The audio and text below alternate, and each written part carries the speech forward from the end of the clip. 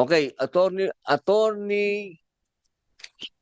Ives Gonzalez, TikTok, pare. Mr. Chair, magandang hapon po. Senator Padilla, Senator Gatchalian. Uh, I'm Attorney Yves Gonzalez, representing TikTok's public policy team in the Philippines. And on behalf of the cross-functional team working behind the scenes on the Philippines, we thank Senator Raffy Tulfo for his kind words earlier. We welcome today's opportunity to discuss the Children's Safety in Social Media Act category of bills. We recognize the valid concerns raised in the bills regarding the digital well-being of our youth. TikTok, for millions of Filipinos, is a launchpad for discovery and learning. To ensure that discovery always goes hand in hand with security, we have engineered what we believe are some of the industry's most robust safeguards. TikTok's approach is built on active intervention.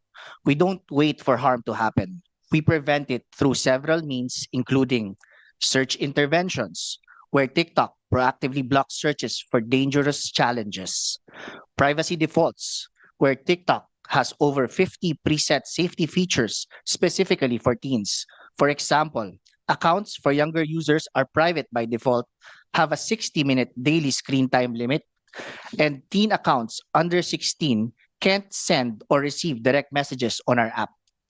We believe that a multi-layered approach is essential to protecting teens and upholding safety by design principles.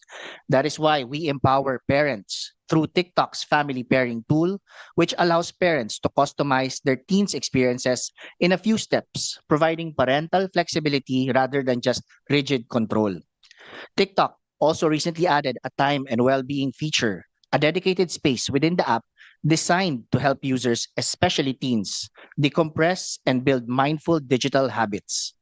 In addition to these safety tools, TikTok has also launched features to help users personalize their For You feed, such as Manage Topics, which allows you to tailor your For You feed to see more or less of a certain kind of content as your interests evolve over time. We also have smart keyword filtering, which lets you automatically filter out content containing specific words or phrases, helping reduce exposure to content that may be triggering, irrelevant, or inappropriate. These efforts ensure that the Filipino teens see is appropriate for their age and maturity level, aligning with the moral safeguards envisioned in the Senate bills.